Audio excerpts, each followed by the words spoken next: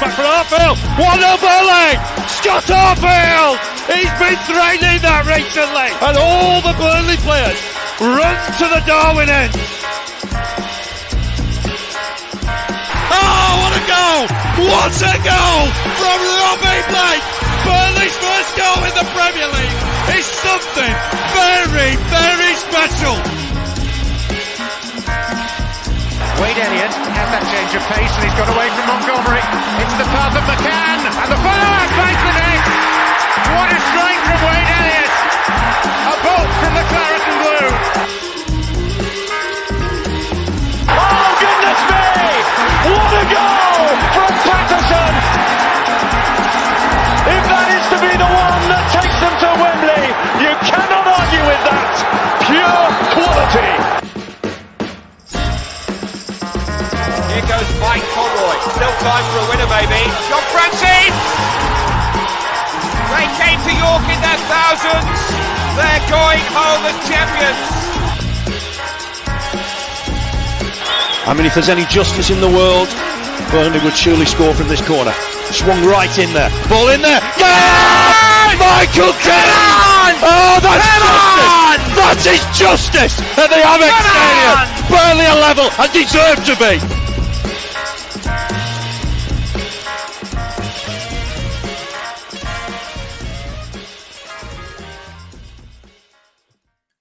Hello everyone and welcome along to the latest episode of the Turfcast podcast pre-game show with me, Joe Redmond, ahead of this Saturday's trip to Kenilworth Road where we take on a somewhat in-form Luton Town. Having said that, the last two results they'll have expected probably better, especially playing against 10 men. We'll get into that in a bit. We have got Ollie waiting in the wings from Oak Road Hatter, but of course first I do quickly want to chat about, and I apologise Ollie for swearing because I know he's listening, I do want to chat about the Watford game that we had on Tuesday because it was a frustrating one, wasn't it? Watford came here with a game plan.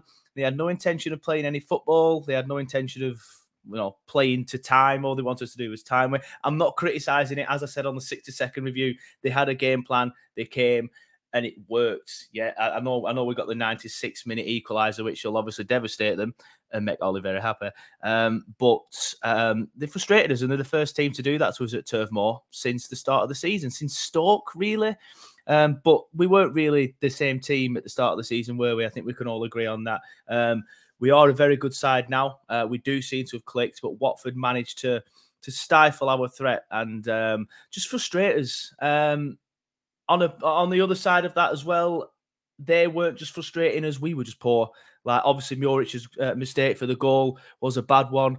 I'm not going to go over the top on him, as I've already said on Twitter, because I don't think it's appropriate with how well he's done this season and how great he was against Preston and West Brom. His passing was honestly better than some of David Beckham's in his heyday. It was that good. But he's got to be doing better for that.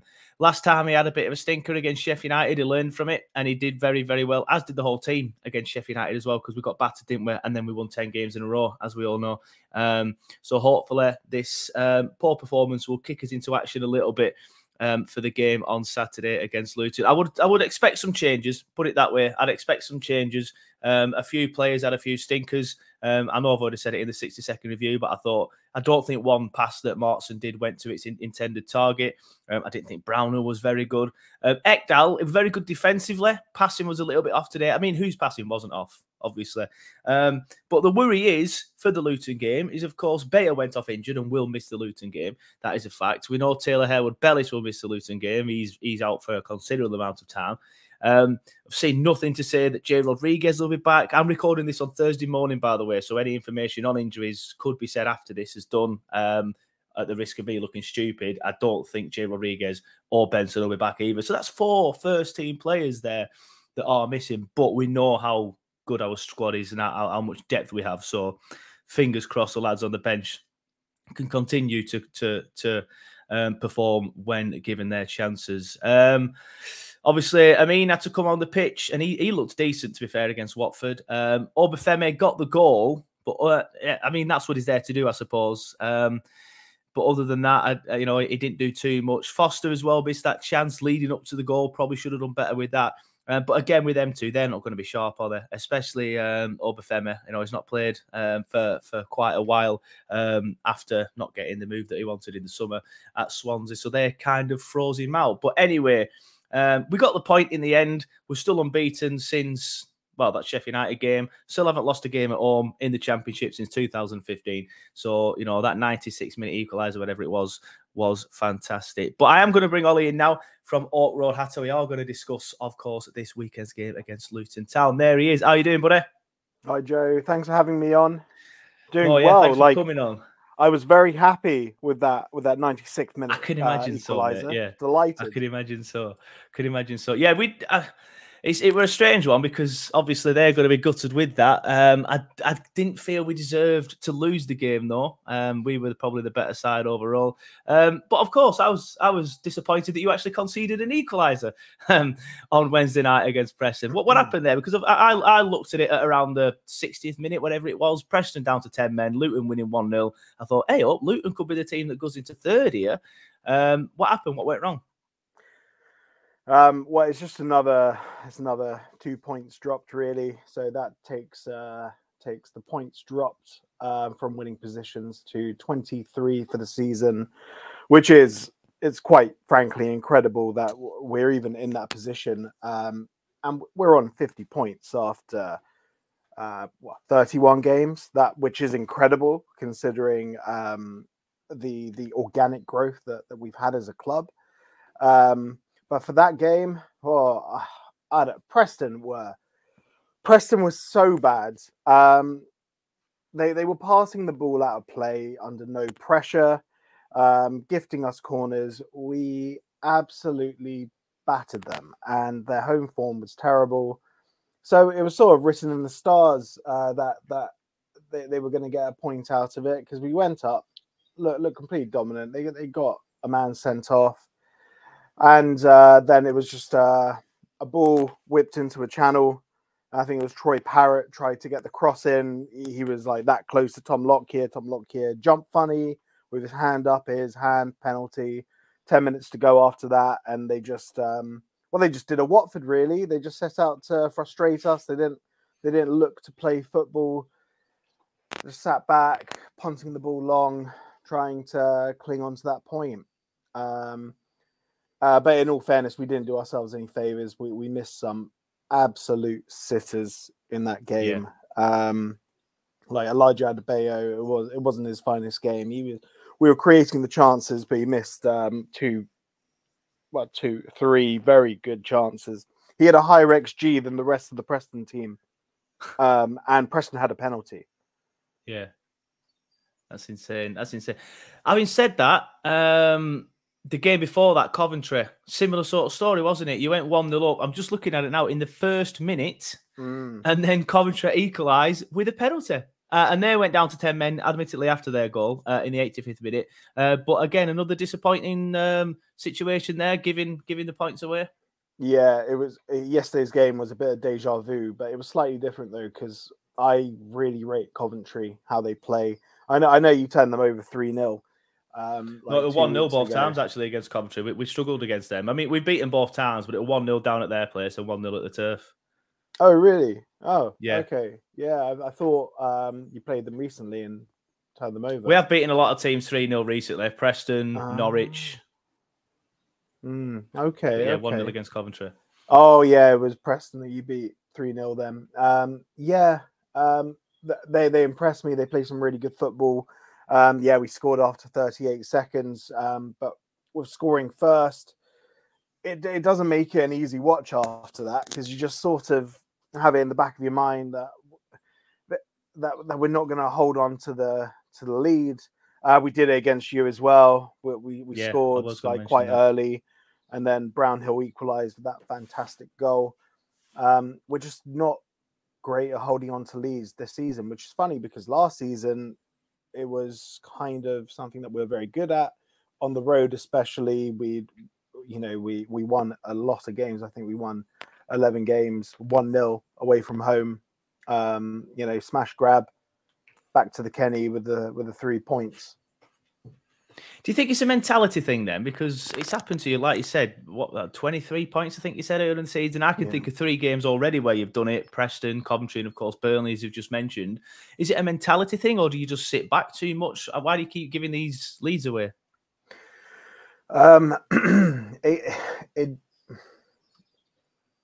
It's impossible to tell, really. Like, I'd say the best example of it is West Brom, which was a couple of weeks ago. We went 2-0 up within 20 minutes. And then we did sort of sit back a little bit because it's a 2-0 lead, but a 2-0 lead is very dangerous. And West Brom are a very good footballing side. And we did sort of sit back and let them start to play. But with other teams, like when we score 1 goal, we do keep going at it. But when you keep going at it, you leave those spaces in behind. And with our fullbacks, our wing backs bombing on, there's space in behind, especially in the wings. We've had some defensive issues. Everyone has injury issues, but our captain, Sonny Bradley's been injured. Dan Potts, who's been filling in at left centre-back, has been injured. Now we have injuries to our left and right wing-backs. So that's Alfie Doughty on the left and Cody Drammer, who's only just come in from Leeds on the right. So when Cody was injured, Doughty had to fill in on the right, but now he's injured. So we need Onyedinma Dinma to fill in on the right. And then we need Bell, who's been filling in at left centre-back in lieu of Dan Potts, filling in left wing-back. So it's kind of, there's been some defensive instability, which hasn't helped. And it's been a recurring theme throughout the entire season. During the winter window, fans were clamouring for a defensive signing, just a centre-back. Like, if you look through social media, that's all Luton fans were looking for in the winter window. Please sign a centre-back. Just because we were thin across the back. And especially when you play 3 at the back, you need the options to rotate, especially with, Saturday, Tuesday, a lot of games coming up. I don't think it's a mentality thing, though. I genuinely think it's just exhaustion. Like, for instance, with this game against Burnley, we only have 1 day of prep now. You have the extra day, essentially, because... We're coming back down from Preston. I think Rob Edwards said in his post-match, we're going to have 1 day of prep on Friday, and it's just about getting the players to recover now. Yes, there's always a bit of interest in there, isn't there, when teams have an extra day. I remember thinking about that on Tuesday, thinking, oh, well, Luton play tomorrow, that's good for us. Excuse me. I feel like we've talked about sort of like you giving points away, and now you've talked about injuries. I kind of feel like it's got off to like a sort of like a negative start, this podcast, like talking about Luton. But you're obviously having a very good season, aren't you? You're in actually quite good form. You haven't lost since the 14th of January, that West Brom game you just mentioned, which again you could probably say you're unfortunate at because you went 2-0 up and could have easily won that game. You are currently 4th in the table with Premier League football next season. I'm going to say a distinct possibility. It is, but it's looking like it is going to be the playoffs, isn't it? Unless Sheffield United capitulate, or us, obviously. But I think it's more likely Sheffield United looking at their recent results. But then Middlesbrough on form, so catching the top 2 is going to be difficult for you. But anything can happen in the playoffs. So you must be happy with your season so far. Oh yeah, delighted, especially with the change of manager in January as well. I think December, wasn't it? Because we had the World Cup.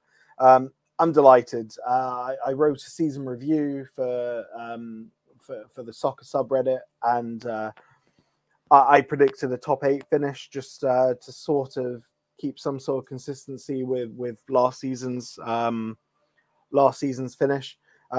I didn't think we'd get playoffs this season, being completely realistic. And yeah, I'm delighted. Fans, though, find anything to gripe about, whether it's the points that we've lost from winning positions, not signing a centre back. I'm really happy with the managerial appointment, the position and table, the football that we're playing at the moment is great. It really is great. And I personally would love to see Luton come up. I say come up like we're in the Premier League already, but that's the mentality that we have now. No, you are pretty much in the Premier League. Like, Burnley are flying. Yeah, tell me about it. But I would love to see Luton come up. Where do you stand on that? Do you think you're good enough to win the playoffs? Do you think it is a lottery? I'm one of them. I just think anyone can in the playoffs. If you get in the playoffs, you can win it. No matter how good you are, whether you finish third, 30 points above 6, it doesn't matter. You're in the playoffs. It's a lottery. So is now the mentality just get into the top 6, make sure you consolidate that position, and then hopefully win it from there? Yeah, I think. Well, I sort of believe in the Brentford model. So if you look at how Brentford did it, they came up from League One, had 5 or so seasons in the Championship before making that sustained playoff push. They had 3 consecutive playoff finishes. They went to the semi-final, lost, went to the final, lost, and then they went to the final and won. So currently, I believe that the way we play, we could potentially get to the final. And then it is a lottery. It depends who turns up on the day. I think that there is a possibility. Like, I'm not going to say that we're going to get playoffs right now because anything can happen. We got to play a lot of the teams in and around the playoffs. We've got to play Millwall twice, and Millwall will frighten me because they are sort of like the mirror image of us. They're an honest, hardworking team, and then they have a little bit of quality sprinkled in there too. But I would love Luton to get to the Premier League. We wouldn't do a Forest by any stretch of the imagination. We wouldn't sign an entire new squad, but that would give us such a cash boost to, pretty much build a new stadium without any debt. The money from the parachute payments would keep Luton in the black for, well, a decade probably. Like our annual squad bill is around 7 million per annum, because we adhere to a very strict wage cap, and we do things the proper way. Not saying what other teams do isn't the proper way, but I feel running a massive loss is not the proper way. Like, for instance, your Bristol Cities, where they're just essentially propped up by a sugar daddy. So yeah, I'd love another crack at the playoffs, potentially getting to the Prem, and it would really help sustain Luton long term.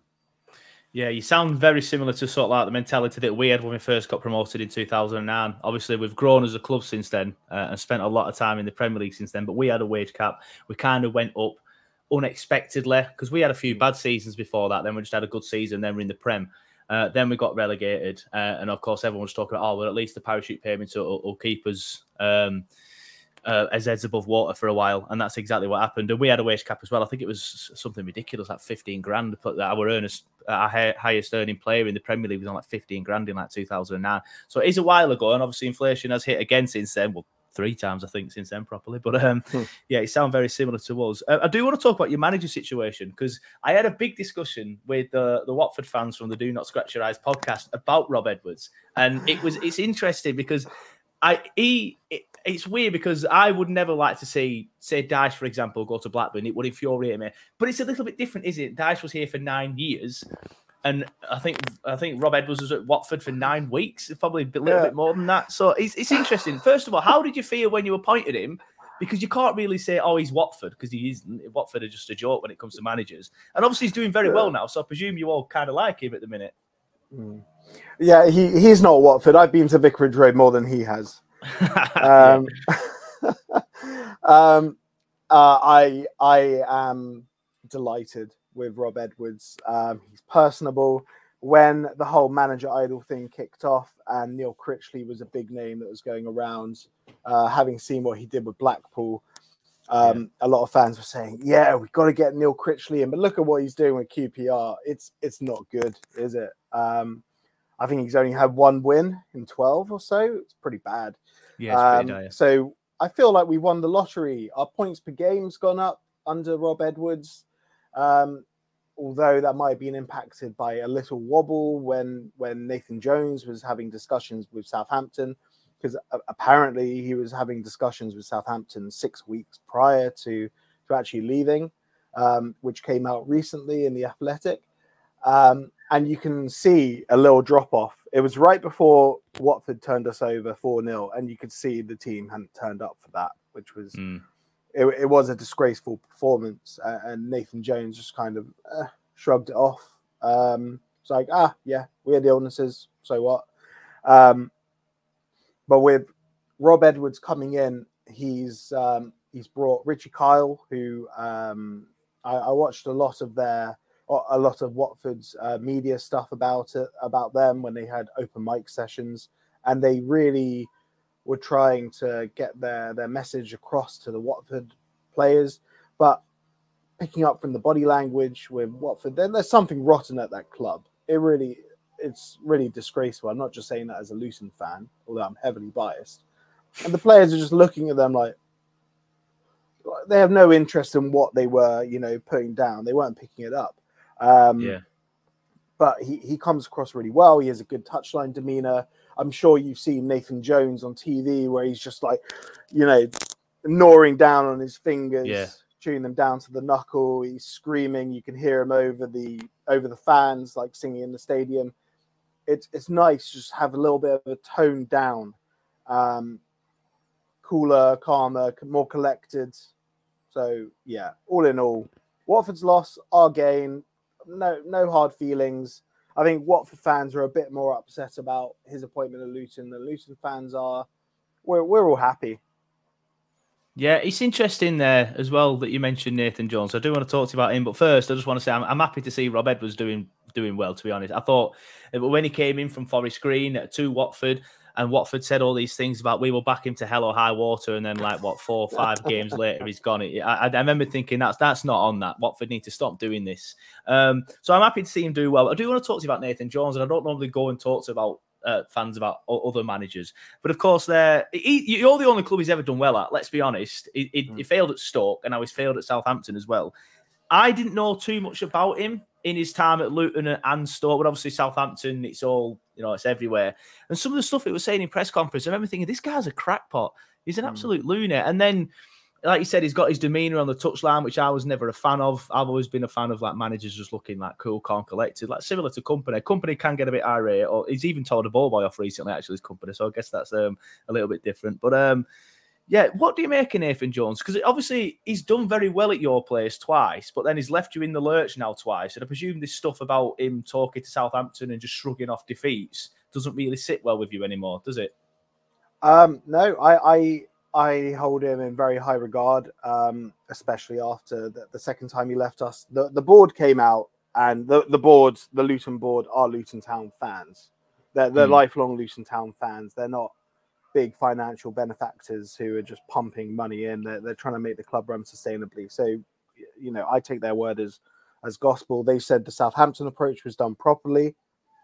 So that there were no ill feelings towards the second time he left. Yes, the first time he left, that was done badly. He was sneaking Stoke executives into his private box at Luton to have clandestine conversations and whatnot. He is a very good coach. He's gone to 2 clubs. I'll start chronologically. Stoke. What manager has done well at Stoke recently since Tony Pulis?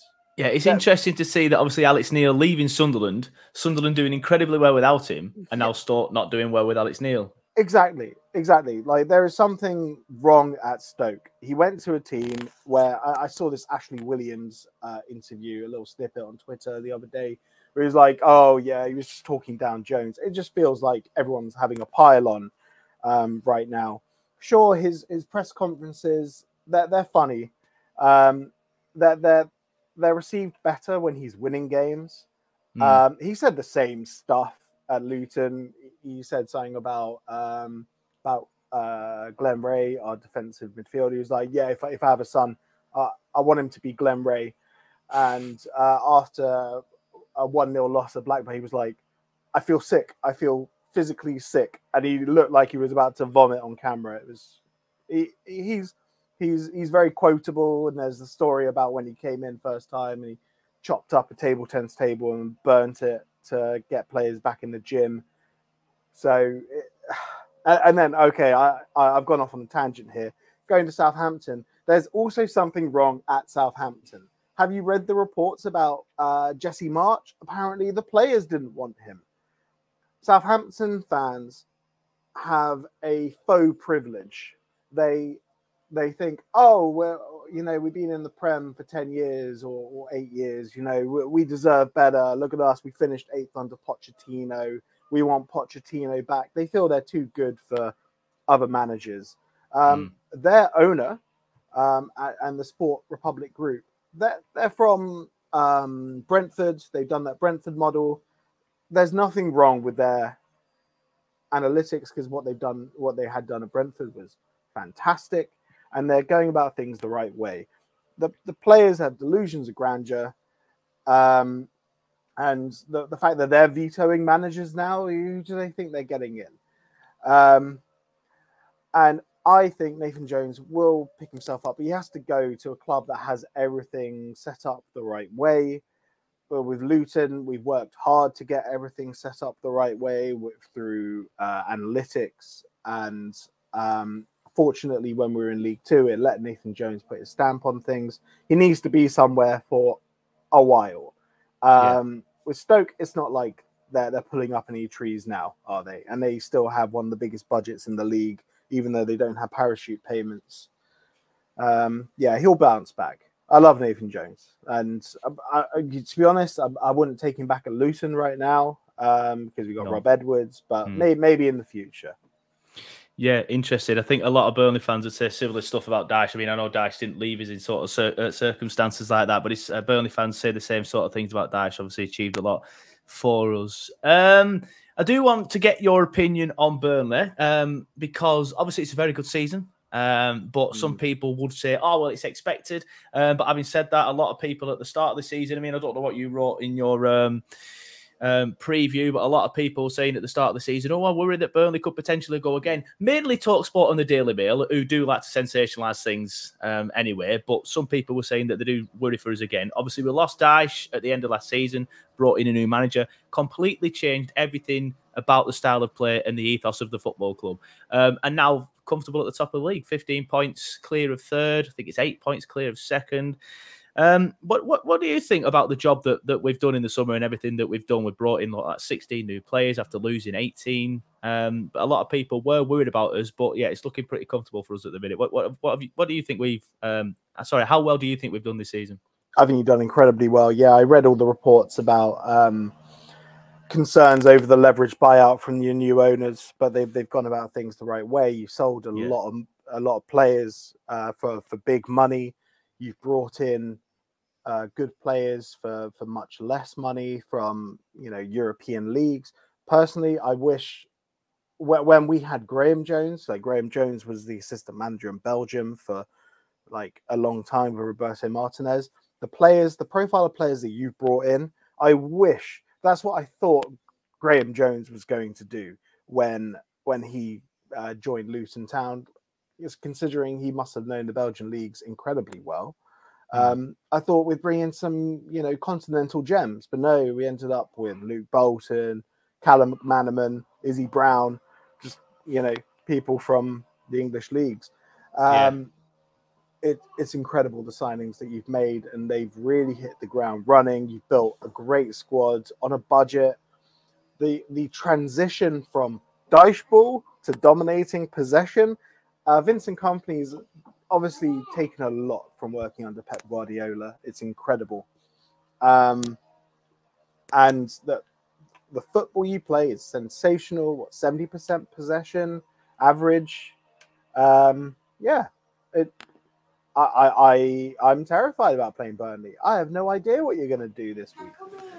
Well, it's interesting because we've been playing really, really well recently up until the Watford game. We've been brushing teams aside, but you've got a quite decent form at the minute, apart from your 1-1s. How do you think the game's going to go? Like, not in terms of predictions and stuff, but in terms of your style. How do you think you're going to set up against us? Because Watford came to frustrate us, and that's exactly what they did, and they did very well against us. Whereas the likes of Preston didn't really have a game plan and just got brushed aside. Blackburn tried to beat the press and pass out against us, then they just got brushed aside as well. What do you think you're going to do? How do you think you're going to set up? Well, we'll set up 3 at the back, 5 in midfield. We're going to try and pack the midfield and just, I guess, try and absorb all your pressure and try and counter. We might go from the sort of intricate passing play that we sort of semi brought in under Rob Edwards, and maybe go to a more direct style to sort of you know, mix it with sort of the old Nathan Jones style of direct ball, just to try and, you know, counter, maybe just bypass your midfield. I feel that's the only way to really win, have a chance of winning, because our home form isn't really that great. We've only recently started turning draws into wins at home. Yeah. Be interesting to see if you do go with that direct style, because 6 weeks ago with Harewood, Bellis and Bayer, even with Ekdal in there as well, to be fair, recently, because he's come in and done very well, I'd have been like, oh, we'll probably just mop that up.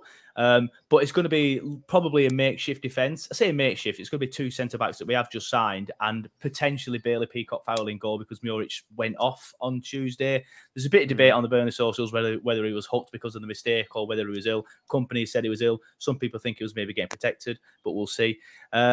If he plays, and I would say that that's probably a sign that he was hooked. But again, we'll see what the starting lineup is like on Saturday. But you mentioned a few injuries earlier on, so you have got a few players out. Obviously, it's a stage of the season where most teams have a few players out. You've got that's what squad depth is for. Thankfully, we've got a very good one, obviously because of the signings and stuff that we made. But is there any players that we should be looking out for? Some players who can do Burnley damage? Yeah, well, Colton Morris is very good. If we do go with the direct style, he's very good at sort of catching the ball. He can control any ball that you sort of just fire into him. And he's got, I think, 13 goals this season, which is, you know, pretty decent. But he was our record signing, allegedly, although we haven't seen the numbers on that. Jordan Clark is very good in midfield. Although I can't foresee him winning this midfield battle. I feel a very important player in this game is going to be Marvelous Nakamba. Although he hasn't played a lot of football this season, he sort of played, I think, about 80 minutes yesterday, and he played 90 against Coventry the other day.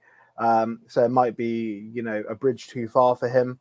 But if Marv does play, it's going to be very important to see how he shields and protects the back three, really, because I feel it's Burnley's midfield and controlling possession in the middle that's going to really hurt us.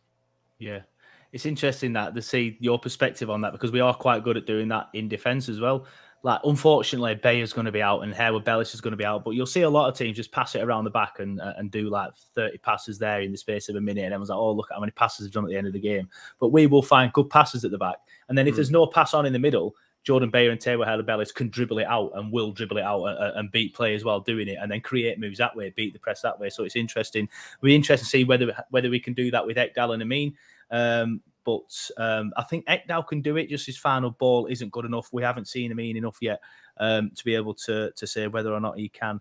But we've gone past the half an hour mark, so I will get your predictions. I'm going to go 2-0 to the Clarets. I am worried about this game, though, because I don't know. We're kind of being such a tight ground, and the form that you're in, I presume that the fans are going to be buzzing. They're going to be really up for it. Edwards, I do believe, is a good manager. In fact, the last manager to stop us scoring a goal in a league game was Rob Edwards. So he obviously set it up very well when we got beat by Watford down at Vicarage Road earlier in the season. But yeah, Kenilworth Road, as I was saying, tight ground. Fans are going to be buzzing, doing well this season, so going to be up for it. I just think ultimately we'll have enough. And having just won 10 games in a row, I do still find it difficult to predict that Burnley won't win. But what are your thoughts? I presume you're going to be quietly confident, maybe? Now I'm going to be...